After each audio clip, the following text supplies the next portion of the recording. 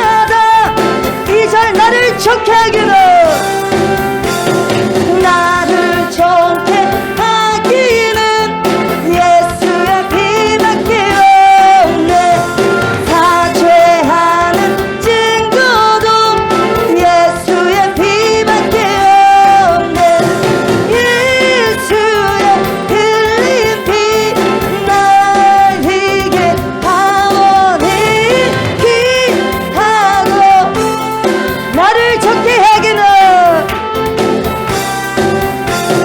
나를 좋게 하기는 예수의 피밖에 없네. 사죄하는 증거도 예수의 피밖에 없네.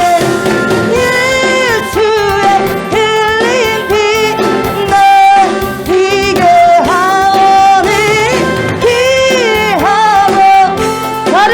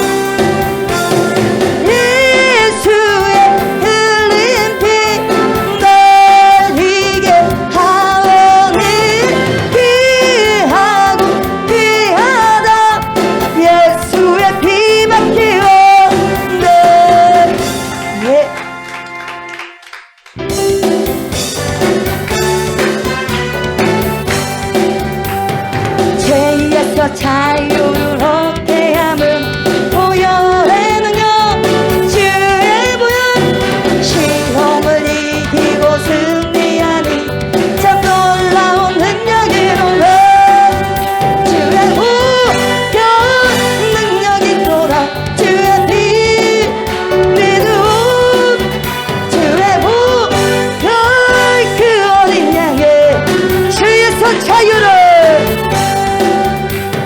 죄에서 자유를 얻게 함은 보혈의 능력 주의 보혈 시험을 이기고 승리되니 참 놀라운 능력이로라 주의 보혈 능력이 돌아 주의 피 믿음 주의 보혈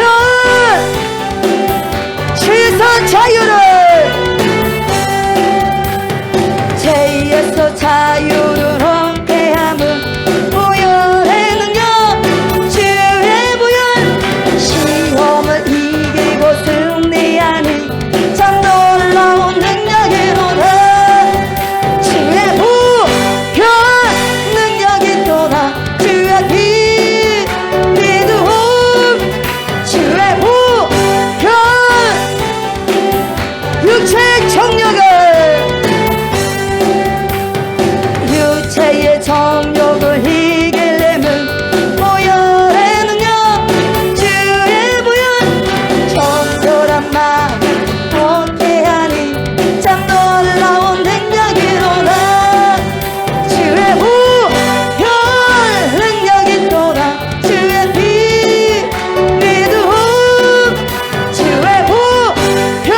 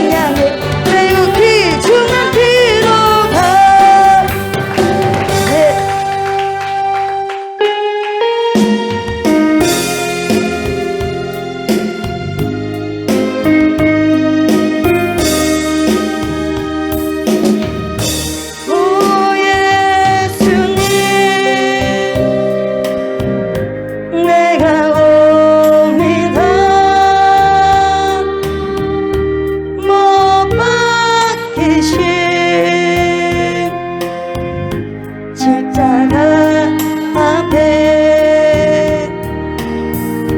그 큰 사랑 눈물에 겨워 울며 울며 돌아오는 날 주님 손과 발 못 박혔고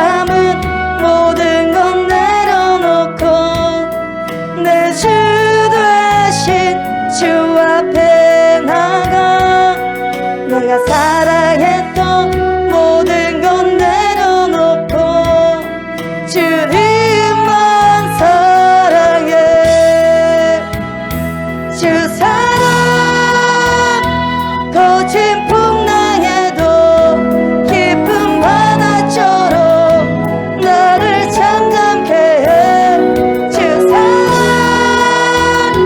내 영혼의 반석 내가 주인 삼은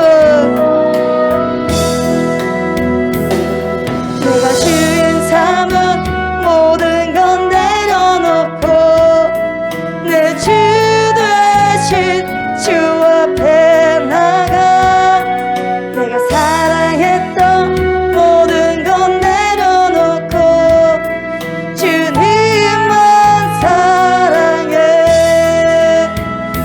주 사랑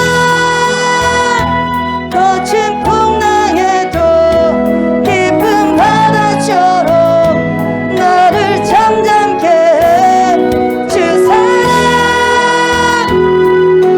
문의 반석 내가 주의 삼은 내가 주인 삼은 모든 건 내려놓고 내 주 대신 주 앞에 나가 내가 사랑했던 모든 건 내려놓고 주님만 사랑해 주 사랑 거친 풍랑에도 깊은 바다처럼 나를 잠잠케 해 주 사랑 내 영혼의 반석 주 사랑 거친 풍랑에도 주 사랑 거친 풍랑에도 깊은 바다처럼 나를 잠잠케 해 주 사랑 내 영혼의 반석 주 사랑 거친 풍랑에도 주 사랑 거친 풍랑에도 깊은 바다처럼 나를 잠잠케 해 주 사랑 내 영혼의 반석 그 사랑 위에 서리 이 시간 함께 기도하실 때에 주님 이 시간 내 안에 10년 가운데 영원한 왕 되신 나의 주인 되시는 주님만을 섬기는 믿음의 은혜를 주옵소서. 그래서 주님의 말씀 앞에서 엎드려 주님만을 경외하며 살아갈 수 있도록 도와달라고 주여 3번 부르고 통성으로 기도하시겠습니다. 사랑하는 하나님 찬양할 수 있는 은혜를 주셔서 감사합니다. 또한 귀한 예배 자리로 인도해 주셔서 진실로 감사합니다. 이 시간 하나님의 말씀 앞에 서 있는 우리의 한 영혼마다 마음의 심령 위에 변화를 받아 변화된 삶이 되어줄 수 있도록 말씀의 씨앗이 깊이 심어질 수 있는 은혜로 인도하여 주옵소서. 이 시간 말씀을 받습니다. 말씀을 먹는 우리의 심령 안에 주님이 우리의 왕이 되심을 인정하며 말씀 앞에서 무릎을 꿇고 경외할 수 있도록 주님의 크신 은혜로 인도하여 주옵소서. 우리의 귀와 눈과 마음이 주님께 집중되어질 수 있도록 인도하여 주옵소서. 살아서 역사하시는 예수님의 이름으로 기도합니다. 아멘.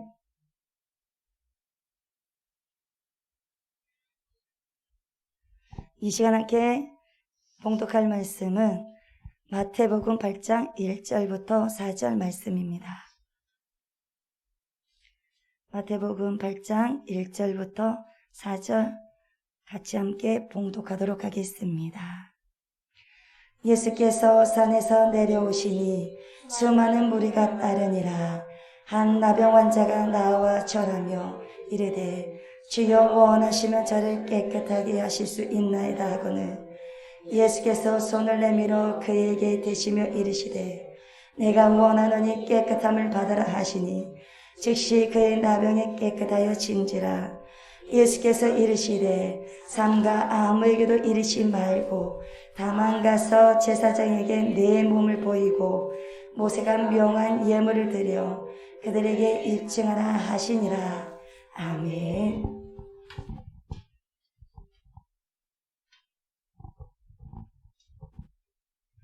우리가 오늘 마태복음 8장을 읽었습니다. 8장 전에 예수님은 5장에서부터 산에 올라가셔서 앉으셨고 그 다음에 산 위에 앉으셔서 설교를 하셨습니다. 설교한 그 모든 내용이 5, 6, 7장에 기록되어 있습니다. 이 본문을 산상수훈이라고 말을 합니다. 그 이유는 성도가 그리스도인들이 이 세상에 있을 동안에 어떻게 살아갈 것인가에 대해서 하나님이 주신 유일한 규범이고 표준이기 때문입니다. 예수님이 이 상산수훈을 다 말씀하시자마자 거기에 앉아 있었던 무리들이 그 말씀이 너무나 좋아서 그 능력 앞에 모든 사람이 감명을 받았습니다. 이것이 산상 위에 있었던 일입니다. 산 위에서 그렇게 설교를 다 하시고 내려오십니다. 산 위에서만 계시는 것이 아니라 내려오시는데요. 많은 병들 가운데서도 열병도 있고 장티푸스도 있고 여러 가지 병들도 많이 있습니다. 그런데 제일 먼저 8장에 나오는 문두병, 예전에는 문두병이었습니다. 나병 환자입니다. 나병 환자인데 한세스병이라고도 합니다. 제일 먼저 마태복음 5, 6, 7장 상상수훈을 말씀하시고 난 다음에 오자마자 나병 환자를 치료하십니다. 영적인 말씀은 다 들었습니다. 그리고 실제적으로 육체적인 나병 환자를 치료하셨습니다. 그러나 육체적인 것뿐만 아니라 우리에게는 영의 말씀이 들어왔기 때문에 우리의 영적인 부분도 오늘 나병 환자로 통해서 봐야 된다는 것입니다. 그만큼 중요하다는 것입니다. 그래서 이 산상수훈이 우리가 살아갈 동안에 그리스찬들이 어떻게 살 것인가에 대한 규범입니다. 그래서 이 말씀 이후에 바로 따르는 것이 나병 환자의 치유입니다. 그래서 8장에서부터 예수님은 산 아래로 내려오셨습니다. 내려오시자마자 예수님은 말씀하시는 분에서 행동하시는 분으로 기적과 이적과 표적을 우리에게 보여주시고 계십니다. 문두병 환자, 다시 말하면 한세스병을 다 고쳐주시고 백부장의 하인도 고쳐주시고 그리고 베드로의 장모 열병, 장티푸스를 고쳐주시고 갈릴리 바다를 잔잔케 하시고 그리고 귀신도 쫓아내시고 이렇게 수많은 행동 액션을 취하셨습니다. 이렇게 우리 예수님은 쉴 틈이 없이 행동하심으로 사역을 하고 계십니다. 여기서 우리가 알 수 있는 사실은 바로 예수님은 언제나 말씀을 먼저 하시고 그 다음에는 반드시 행동을 취하시는 분이라는 것입니다. 따라서 예수님은 말씀이 행동보다 앞서십니다. 그래서 예수님은 먼저 설교를 하시고 말씀을 가르치시고 그 다음에는 설교하신 것을 가르치신 것을 행동으로 보이십니다. 그렇게 기적을 창조하신 분이십니다. 그래서 무에서 유로 창조하십니다. 없는 것에서 있는 것으로 그리고 있는 것을 얻게 하시고 우리 사람은 유대인들처럼 말씀보다도 행동을 먼저 요구합니다. 먼저 기적을 보여주고 이적을 행하며 그때야 믿겠다는 것입니다. 이렇게 우리는 행동을 먼저 요구하지만 우리 예수님의 방법은 언제나 말씀을 먼저 하시는 분이십니다. 예수님의 말씀이 선포되지 아니하신 곳에는 하나님의 역사는 일어나지 않습니다. 그래서 저와 여러분들이 변화의 역사가 일어나면 내 마음의 심령이 말씀의 씨앗이 먼저 떨어져야 합니다. 내 안에 말씀의 씨앗이 내 안에 없는 한 변화된 역사가 일어나지 않습니다. 이것이 바로 천국의 원리입니다. 하나님의 말씀이 먼저 선포되지만 선포되지 아니한 자리에 주님이 나타나시는 법이 없으시다는 것입니다. 여러분, 예수님은 왕이십니다. 왕은 나팔 소리가 울리기 전에 그동안의 모습을 드러내지 아니하십니다. 이 진리는 우리에게 대단히 중요합니다. 그런 것처럼 먼저 우리는 성경 말씀을 들어야 됩니다. 하나님의 말씀을 먼저 받고 하나님의 말씀 앞에서 우리 자신이 감동을 받아야 합니다. 그 다음에 그 사람의 마음에 주님이 오셔서 역사를 하신 것입니다. 그래서 성령으로 통해서 감동이 되어야 하고 영감이 되어야 합니다. 그 영감으로 통해서 주님이 들어오시기 때문입니다. 오늘날 수많은 성도들이 왜 실제적인 변화가 일어나지 않는지, 그렇게 수십 년을 믿음 생활을 했는데도 왜 생활의 변화가 일어나지 않고 바꿔지지 않을까요? 그 원인이 있습니다. 그것은 바로 말씀을 선포하시는 주님 앞에 무릎을 꿇지 않기 때문입니다. 말씀을 받습니다. 먹습니다. 그러나 그분이 왕이 안 되기 때문입니다. 무릎을 꿇는다는 것은 신하가 왕에게 하는 행동입니다. 종이 주인에게 해도 이상하지 않고 당연한 것입니다. 우리가 하나님 앞에 경배하고 경외하는 것은 당연한 것입니다. 어색하지가 않습니다. 그것은 누가 하라고 해서가 아니라 당연히 종은 주인 앞에서 고개 숙이게 되는 것입니다. 그것이 자연스러운 것입니다. 그런데 우리는 말씀을 선포하시는 주님 앞에 무릎을 꿇지 않기 때문에 오늘날 수많은 성도들이 실제적으로 변화가 일어나지 않는 것입니다. 항상 눈앞에 보이는 뭔가를 찾아 헤매다가 말씀을 이제 등하시하면서 등하시합니다. 등하시하기 때문에 교회는 다니는데 실제로는 하나님의 능력이 나타나지가 않는 것입니다. 체험을 하지 못하는 것입니다. 그래서 예수님은 산 위에서만 말씀하시는 분이 아니라, 앉아 계시는 분이 아니라, 예수님은 말씀하신 것을 산 아래로 내려오셔서 실행을 하시는 분이십니다. 가만히 산에서만 계시는 분이 아니시다는 것입니다. 그것은 산 아래에 있는 사람들에게 문제 있는 사람들이 있다는 것을 아시고 걸어오시는 것입니다. 그래서 인간들의 고통을 해결해 주시기 위해서 내려오십니다. 어차피 우리 예수님이 그러한 인생을 사시기 위해서 오셨습니다. 그분은 산에서 아래로 내려온 것뿐만 아니라 하늘에서 이 땅으로 지구로 오셨습니다. 그것은 바로 산 아래에 많은 사람들의 문제에 울부짖음이 있었기 때문에 위에서만 있을 수가 없는 것이었습니다.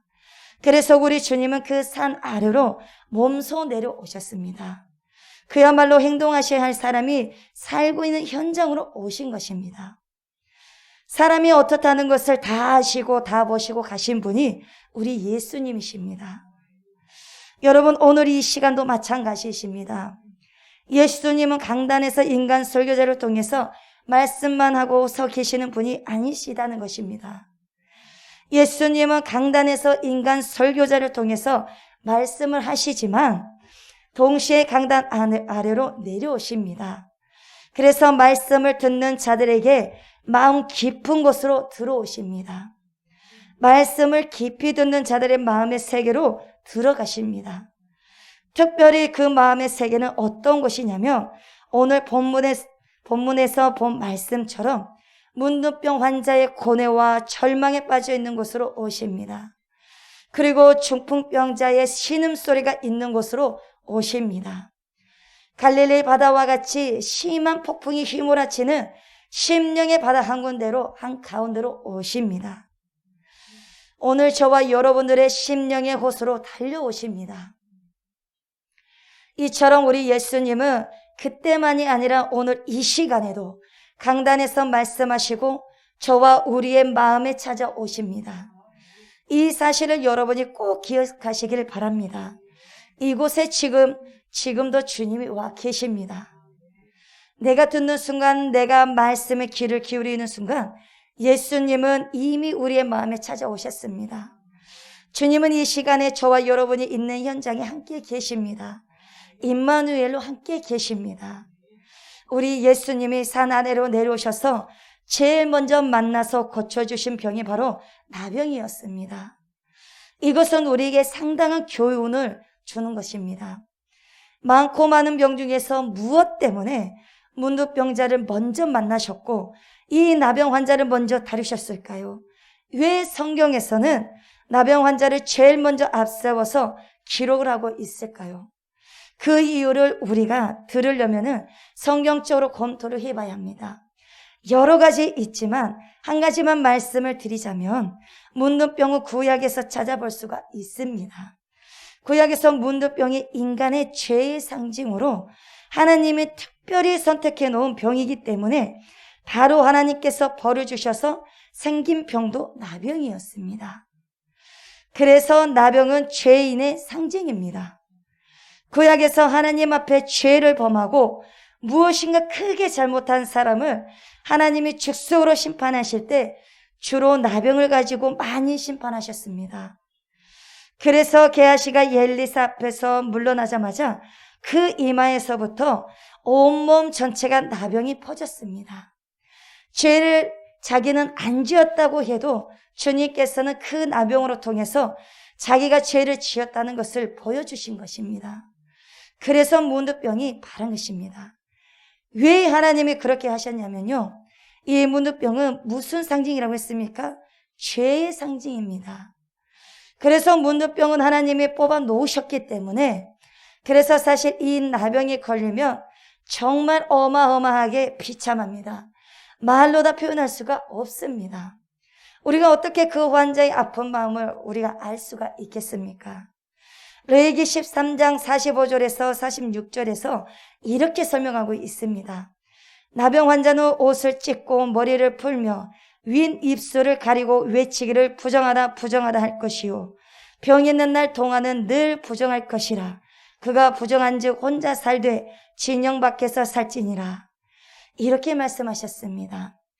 병을 앓는 동안에는 계속해서 부정하다 해야 하기 때문에 혼자 살아야 합니다. 공동체 앞으로 와서는 절대로 안 됩니다.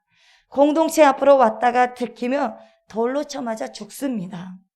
가족들도 돌보고 싶어도 돌보지를 못합니다. 혼자서 동굴 속에서 살아야만 합니다. 누가 먹을거리를 주면은 그것으로 먹고 사는 것입니다. 개처럼 짐승처럼 먹는 것입니다. 주지 않으면 굶어 굶습니다. 그러니까 저주받은 병이라고 한 것입니다. 그래서 이것은 하나님이 정해주신 법인데 얼마나 비참합니까? 이런 말씀의 근거에서 보면 문둥병 환자에게 4가지 특성이 있습니다. 첫 번째는 부정하다는 것입니다. 더럽다는 것입니다. 부정하다는 것은 깨끗하지 못하다는 것입니다. 깨끗하지 못하는 것은 속된 말로 더럽다는 것입니다. 죄인은 더럽다는 것입니다. 두 번째 특징은 모든 교제가 단절되어 버립니다. 그 누구도 찾지 않습니다. 얼마나 고독하고 외롭겠습니까? 그러니까 영적으로 문둥병에 걸린 사람은 자기는 살아있는 것 같지만 하나님이 단절해버리는 것입니다. 얼마나 고독하겠습니까? 그래서 살아있는 숨만 쉬는 시체입니다. 절대로 하나님 만날 수가 없습니다. 성소에 못 들어갑니다. 또한 사랑하는 가족들과도 함께 살 수가 없습니다. 동네 밖으로 쫓겨나가야 하기 때문입니다. 이게 나병 환자입니다. 세 번째 특징은요, 숨을 쉬는 데 시체입니다. 이 문둥병 환자는 그때 당시에는 이 사람들은 이미 죽은 자로 선포해버립니다. 그래서 중세기 때는 신부들이 문둥병 환자가 초기부터 생겼다 한다고 하면은 성도들을 데리고 와서 십자가를 들고 장례식을 치릅니다. 너는 이미 죽었다 하고 장례식을 치릅니다. 그래서 그 사람은 죽은 자로 살아가야 하는 것입니다. 그리고 다음에 그 사람이 죽으면 장례식이 없습니다. 거기서 죽으면 끝나는 것입니다. 그렇게 하고는 쫓아내버립니다. 그러면 여러분, 목숨이 끊어지기 전에 장례식을 먼저 치르고 이 세상을 연명하는 사람이 문둥병 환자였습니다. 그 어떤 소망이 없는 자가 나병 환자였습니다. 인간의 능력으로는 그때 당시에는 그 병을 고칠 수가 없었습니다. 그때 당시에는 절망의 상태였고 저주받은 병이라고 했습니다. 병기운이 몸에 있다가 드디어 발병을 하면 20년, 30년 동안 그 몸을 조금씩 부드러운 곳에서부터 시작해서 아주 신경이 예민한 곳에서부터 시작해서 점점 더 먹어들어가서 결국은 육체와 정신을 완전히 파산시켜버리는 것이 나병입니다. 그래서 이 문둥병을 정신병이라고도 부르기도 합니다. 왜냐하면 상상하기도조차 끔찍스러운 몰골로 변해져 버린 자신의 모습을 보면서 제정신으로 살지 못하기 때문에 정신병이라고도 합니다. 문무병 환자가 되면 민수기 12장 10절을 보시면 먼저 그 부위가 휘어집니다. 이 나병은 눈과 같이 휘어집니다. 화장한 것처럼 휘어집니다. 휘어진 다음에는 그 부위가 반짝반짝하면서 빛이 납니다. 이 과정이 지나면 눈썹이 빠지고 머리카락이 빠집니다. 그 다음에는 눈에서 진물이 납니다. 그리고 손톱이 빠집니다. 그리고 코가 문드러져 없어집니다. 그리고 치아가 빠집니다. 그리고 손가락이 빠지고 손마디가 떨어져 나갑니다. 전신의 마디마디가 다 썩어 문드러집니다. 서서히 죽어갑니다. 온몸이 썩어져서 죽습니다. 이 나병은 산채로 썩어져서 죽어가는 것입니다. 그런데 이상한 것은 그런 과정에서도 끝까지 아픈 곳을 모른다는 사실입니다. 어느 부분이든지 아프지가 않습니다. 손마디가 다 끊겨 나가는데도 아픈 줄을 모릅니다. 살이 썩으니 더럽고 냄새가 나는 것입니다. 여러분, 문무병 환자의 특징은 헝겊으로 손을 감고 있습니다. 손마디가 다 빠져나가기 때문입니다. 좀 더 심해지면 얼굴도 가립니다. 눈도 멀어지고 코도 없어집니다. 정말 상상하고 싶지 않는 모습으로 변해가는 것입니다. 그래서 마스터맨이라고 하는 의사가 무슨 말을 하냐면, 이 세상에서는 많은 병이 있지만 한 인간을 정신적으로 육체적으로 그렇게 비참할 정도로 파산을 시키는 병이 바로 문둥병이라고 말을 합니다. 그렇게 비참한 병입니다. 그러니 하나님이 이 병을 죄와 죄인이 상중으로 내세웠을 때는 충분한 이유가 있지 않았냐는 것입니다. 문둥병자가 갖고 있는 모든 특성이 죄인에게 그대로 다 있다는 것입니다. 죄인은 누굽니까? 하나님 앞에 부정한 자입니다. 만물 중에 가장 더러운 것, 냄새가 난 것, 썩은 것, 그것은 인간이라고 했습니다. 하나님이 보실 때 인간은 그런 존재들입니다. 우리는 성경에서 여러 군데 그런 내용을 봅니다.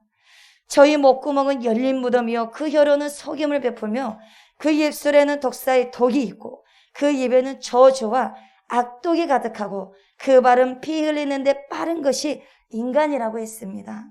모든 인간은 하나님 앞에 부정합니다. 우리는 하나님 앞에 설 때마다 나는 부정하고 나는 더럽소 하고 외쳐야 되는 문두병 환자와 같은 위치에 있는 것입니다. 뿐만 아닙니다. 죄인은 하나님과 교제가 단절된 사람들입니다. 아무리 우리가 하나님 저를 살려달라고 외쳐도 죄인은 하나님과 만날 수 없는 것입니다. 하나님과 원수입니다. 뿐만 아니라 하나님은 말씀하십니다. 죄인을 일컬어서 죄와 허물로 죽었다고 했습니다. 우리는 살았다고 말할지 모르지만 실제로 하나님이 보시기에는 우리는 죽은 시체들입니다. 살았으나 죽었다는 것입니다. 뿐만 아니라 죄인에게는 소망이 없습니다. 그러니 나병 환자에게 주어진 특성이 그대로 우리에게 있다는 것입니다. 우리는 예수님이 산에서 내려오시자마자 문무병을 먼저 다루시는 데에서 두 가지를 알아야 합니다. 첫 번째는 예수님이야말로 문무병을 고치실 수 있는 능력자인 것처럼 영적으로 문무병이든 죄인들을 깨끗하게 하실 수 있는 유일한 구원자라는 것을 이 사건을 통해서 보여주고 있는 것입니다. 예수님만이 유일한 구원자, 치료자라는 것을 보여주시는 것입니다. 두 번째는 모든 인간은 한 사람도 예외 없이 이 문무병자와 같이 영적으로 고침을 받아야 할 사람들이라는 것을 이 사건을 통해서 보여줍니다. 그러므로 우리는 예수님 앞에 엎드린 문무병자들을 통해서 나 자신을 볼 수 있어야 합니다. 그리고 그 사람을 다루는 예수님으로부터 우리는 무엇인가 진리를 찾아야 합니다. 문두병 환자가 예수님께 와서 뭐라고 말합니까? 주여 원하시면 나를 깨끗하게 하실 수 있나이다. 그럴 때 주님이 뭐라고 답변을 했습니까? 내가 원하노니 깨끗함을 받아라 말씀하셨습니다. 예수님이 33년 동안 세상에 사시면서 내가 원하노니 하신 말씀은 단 한 곳밖에 나오지 않았습니다. 바로 오늘 본문입니다. 여기 한 곳밖에 없습니다. 그런데 내가 원하노니 하는 말씀이 성경의 다른 부분에는 전혀 없습니다. 이것을 볼 때 예수님의 소원이 바로 보여지고 읽혀지는 것입니다. 예수님의 소원이 무엇이었습니까? 문둥병자를 보실 때 주님의 소원이 무엇이었습니까? 마가복음에 보면 예수님의 그를 보시자 민망히 여기셨다고 말씀을 하셨습니다. 그 마음속에 동정이 끌어올랐던 것입니다. 그야말로 가만히 그대로 돌려보낼 수가 없다고 하는 강한 의지가 예수님의 마음에 작용했다는 뜻입니다. 고쳐주어야 되겠다고 하는 간절한 심정이 예수님의 마음에 타오른 것입니다. 이것이 바로 예수님께서 말씀하시는 내가 원하노니입니다. 오늘 또 우리 예수님의 소원이 그때와 같이 변함없으신 소원이 있으십니다. 주님의 소원이 무엇이겠습니까? 지금 우리 예수님은 여기에 저와 여러분이 있는 이곳에 분명히 함께 계시는데 저희들을 향한 예수님의 원하시는 예수님의 소원이 무엇이겠습니까? 내가 원하노니 깨끗함을 받으라. 바로 이 말씀이십니다. 지금도 그 말씀이 이 자리에서 성령을 통해서 말씀하고 계십니다. 이 시간 예수 그리스도가 저와 여러분들에게 주시는 말씀은 이것입니다. 내가 원하노니 깨끗함을 받으라 하신 그대로 그 사건이 실제 중생받은 사람에게 일어났다는 사실입니다. 그리고 모든 영적인 문둥병이 떠났을 때에는 내가 예수를 믿는 순간 나의 모든 부정한 것이 깨끗하게 된 것입니다. 예수님이 십자가에 못 박혀 돌아가심을 내가 확인을 하고 그것이 나를 위한 죽음인 것을 고백하고 그 십자가 그 피에 내 손을 담궜을 때 하나님께서 나의 작은 믿음이지만 그 믿음을 보시고 순간적으로 나의 모든 더러운 것을 깨끗하게 씻어주십니다. 그리고 나로 하여금 우리로 하여금 하나님의 자녀로 삼으신 것입니다. 그래서 천국 백성으로 삼아 주시는 것입니다. 디도서 2장 14절에서 그가 우리를 대신하여 자신을 주심은 모든 불법에서 우리를 속량하시고 우리를 깨끗하게 하사 선한 일을 열심히 하는 자기 백성이 되게 하려 하심이라 라고 말씀하셨습니다. 여러분, 예수 그리스도가 우리를 대신해서 자신을 주신 이유가 어디에 있겠습니까? 어디에 있습니까? 그것은 모든 불법에서 우리를 속량하시고 우리를 깨끗하게 하시기 위해서라고 하셨습니다. 주님이 나의 모든 병의 값을 치르기 위하여 십자가에 죽으시고 피를 흘리셨기 때문에 내가 그를 믿자마자 성령께서는 그 놀라운 십자가 피를 가지고 나의 모든 환처를 깨끗이 씻어주셨습니다. 그래서 우리에게 일어난 변화가 있습니다. 문둥병자는 원래 부정합니다. 그러나 우리는 예수의 피로 깨끗해졌습니다. 문둥병자는 교제가 단절되어 있습니다. 그러나 우리는 예수의 피로 하나님을 아버지라고 부르면서 언제나 아버지와 교제할 수 있는 사람이 되었습니다. 놀라운 축복이 우리에게 주어진 것입니다. 문둥병자는 산 시체입니다. 그러나 우리는 죽었지만 예수의 보혈로 인해 다시 살아났습니다. 나를 믿는 자는 죽어도 살겠고 무릇 살아서 나를 믿는 자는 영원히 죽지 아니하리니 이것은 네가 믿느냐? 주님께서 이렇게 말씀하실 때 아멘 주여 믿습니다라고 고백해야 할 줄을 믿습니다. 나에게 예수 그리스도와 함께 새 생명이 주어졌습니다. 문둥병자는 소망이 없는 사람입니다. 그러나 저와 여러분들은 오직 예수님의 보혈의 피로써 예수 안에서 새로 지음을 받은 소망을 가진 하나님의 새 백성이 되었습니다. 나병 환자가 취한 행동이 있습니다. 네 가지 행동이 있는데요. 첫 번째로 취한 행동은 나병 환자가 어떤 환자였냐면요. 그때 당시에 사람에게 걸리면 죽습니다. 돌에 맞아 죽습니다. 그런데 목숨을 걸고 나옵니다. 이것을 보면 믿음은 때로는 목숨을 걸어야 합니다. 그래서 믿음은 쉽지가 않습니다. 그런데 이 사람은요, 이래도 죽고 저래도 죽을 것인데 나가보자. 죽든지 살든지 하나님 앞에 나가보자 하고 목숨을 걸고 나옵니다. 나와서 예수님께 걸리면 살고 사람들에게 걸리면 돌에 맞아 죽는 것입니다. 앞에서 말씀드렸듯이 문우병 환자들은 옷을 찢어야 합니다. 그리고 머리를 풀어 헤쳐야 하고 윗입술을 가려야 합니다. 그리고 나는 부정하다 말을 해야 됩니다. 그런데 안 하고 갔습니다. 걸렸다 하면 죽는 것입니다. 죽어도 무슨 말을 하지 못하는 것입니다. 그런데도 목숨을 걸고 주님 앞에 나오는 행동을 취한 것입니다. 그런데 여러분, 우리는 목숨을 걸고 주님 앞에 나옵니까? 목숨을 걸고 나왔다면 그 어떤 문제도 해결받지 못하는 문제는 없을 것입니다. 두 번째는 어떤 행동을 취했냐면요, 누군가의 전도를 받아줄 것입니다. 예수님께 나가면 그 어떤 병도 고쳐주시고 다 낫는다는 누군가의 말하는 소리를 들었을 것입니다. 그런데 나병 환자가 이 사람만 있는 것이 아니라 수많은 사람들이 있었을 것입니다. 그런데 왜 이 사람만 나았을까요? 걸리면 죽을 것을 알지만 그래도 치료함을 받고 싶은 간절한 마음이 있었기 때문에, 그래서 이렇게 살다 죽으나 예수님께 나아가다 걸려서 사람들에게 돌에 맞아 죽으나 어차피 죽은 것은 마찬가지고, 만약에 맞아 죽으나 어차피 죽은 것은 마찬가지라고 생각을 하면서 주님 앞에 나가면 치료가 되면 내 인생은 다시 시작된 것이기 때문에 구원의 삶을 살아갈 수 있으니까 차라리 도전을 해보리라고 이런 생각을 가지고 나오게 된 것입니다. 그리고 세 번째로 취한 행동은 정중하게 예수님을 하나님으로 경배하고 나와서 절을 합니다.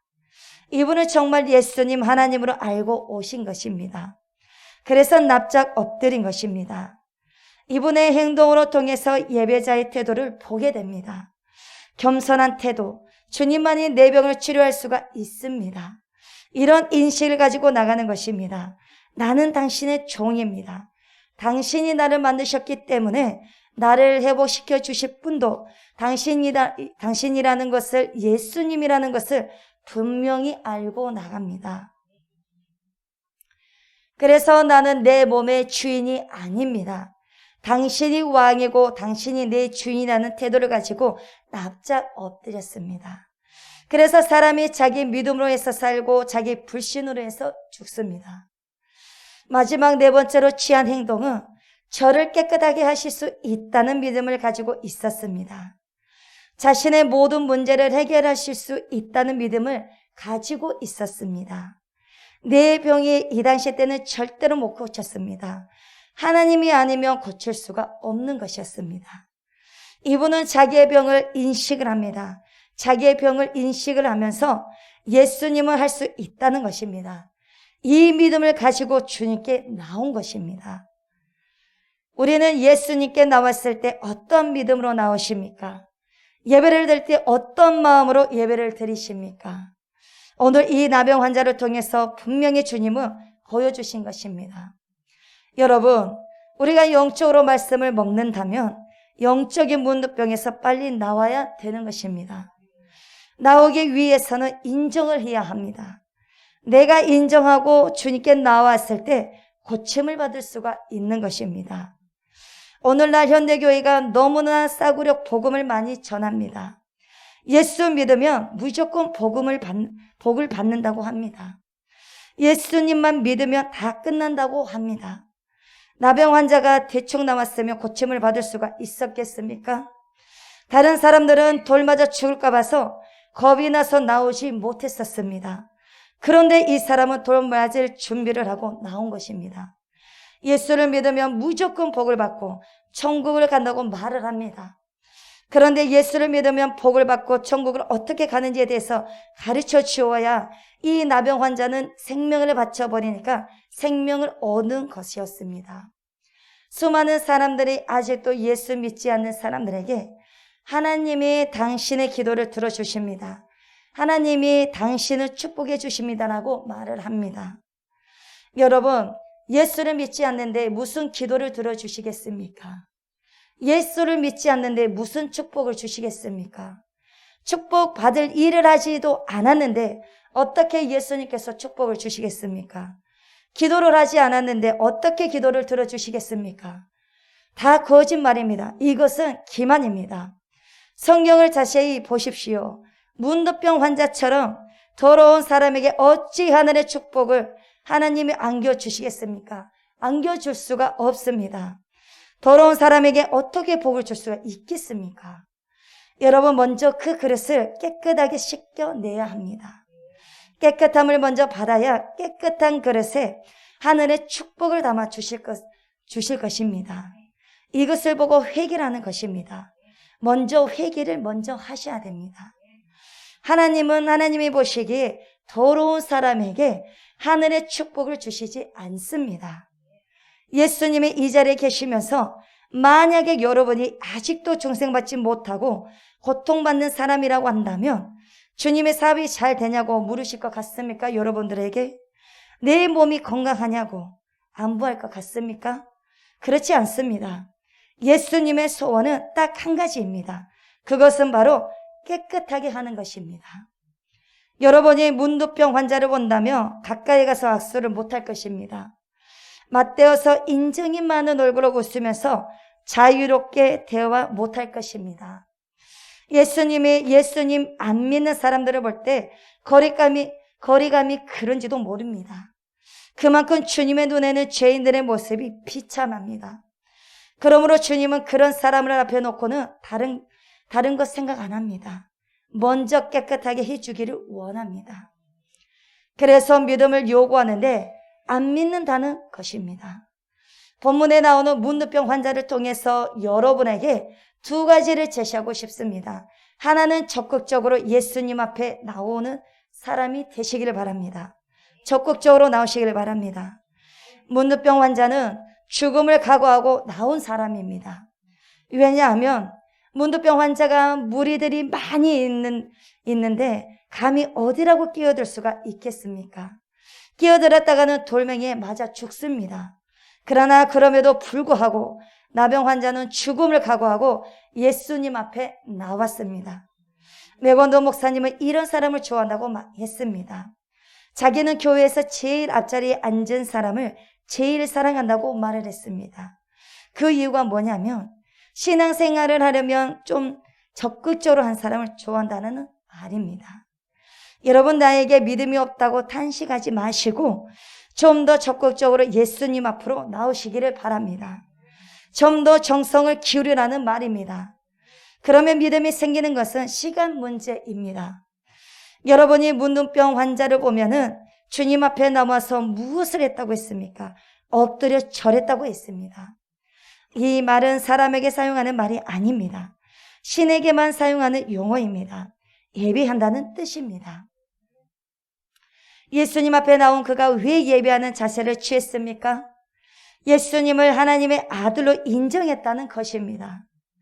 그리고 그의 입에서 주여라고 했습니다. 라베라는 말이 아니라 하나님이라는 것입니다.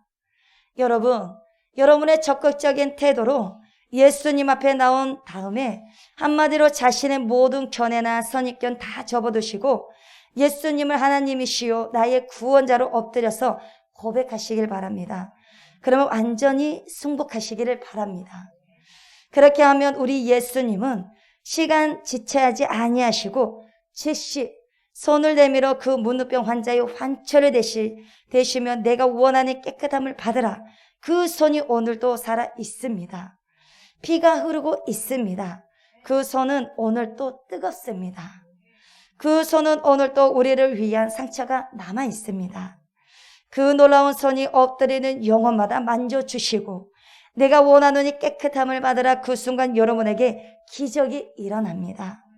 우리 주님의 소원은 딱 한 가지입니다. 하나님께서 창조하신 백성들이 철저히 자신들의 죄악을 회개하고 자신이 문우병 환자라는 것을 인정하고 주님 앞에 나오는 것입니다. 이렇게 알고 주님 앞에 진심으로 나오게 되면 우리들의 모든 영적인 문두병을 우리 주님께서 치료해 주십니다. 오직 예수 피로 말입니다. 예수님의 피가 아니면 그 누구도 영적인 문두병을 회복할 수가 없는 것입니다. 예수님의 피라는 것은 오직 예수밖에 없다는 것입니다. 하나님이 보시기에 추악한 모든 것이 고침을 받습니다. 이것을 믿으십니까? 그 놀라운 기적이 여러분의 영적 세계에 일어납니다. 드디어 하나님 앞에 아름다운 신부가 되는 것이고, 그 다음에 하나님은 우리의 모든 소원을 들어주시는 아버지가 되실 것입니다. 예수님에게 와서 고침받는 문둥병 환자는 성경에 11명밖에 없습니다. 그들은 주님 앞에 나온 사람들이었습니다. 나오지 않는 사람은 못 고쳤습니다. 예수님 앞에 일단 데리고 나와야 합니다. 그래야 그들이 구원을 받을 수 있습니다. 대한민국의 문제와 고통은 정치적인 것이 아닙니다. 이것은 정치적인 것이 아닙니다. 이 영적으로 문둥병이 들어서 더러운 것이 전부 가득한 모양을 가지고 정치를 하고, 돈을 좋아하는 사람들 때문에 돈을 좋아하면서 교육하는 사람들 때문에 그렇습니다. 그래서 그들을 그리스도로 앞으로 인도해야 합니다. 피 묻은 주의 손을 통해서 고침을 받고 나음을 입어야 합니다. 그들이 고침을 받을 때 대한민국의 정치계가 달라지고 사회가 달라질 것입니다. 가만히 있으면 안 됩니다. 반드시 우리는 전해야 합니다. 예수 앞으로 인도해야 합니다. 고침받게 해야 합니다. 깨끗함을 받게 해야 합니다.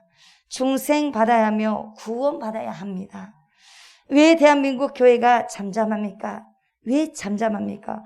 복음을 들어야 할 사람들이 교회 밖에 많이 있습니다. 그 영적인 문둥병 환자들을 가만히 두면 안 됩니다. 데리고 와야 합니다. 우리에게 이와 같은 축복이, 이와 같은 사명이 있습니다. 우리 모두가 기억해야 합니다. 우리의 영적인 문둥병을 고칠 수 있는 방법은 여러분 오직 하나밖에 없습니다. 그것은 우리의 모든 죄악을 깨끗하게 하실 수 있는 예수 피밖에 없습니다. 저와 여러분들이 오직 예수 피로 산 시체에서 진짜 살아있는 생명으로 옮겨지는 은혜가 예수의 보배로운 피로 있으시기를 간절히 바랍니다. 기도하시겠습니다. 사랑의 주님, 우리의 마음 심령이 주님의 말씀 씨앗이 뿌리 깊게 내려 주옵소서. 그래서 영적으로 나병 환자 되지 않도록 인도하여 주옵소서. 그리고 내 삶의 주인은 내가 아니라 주님이시라는 것을 인정하며 주님의 기쁨으로 살아가는 삶이 되게 하여 주옵소서. 감사를 드리며 예수님의 이름으로 기도합니다. 아멘.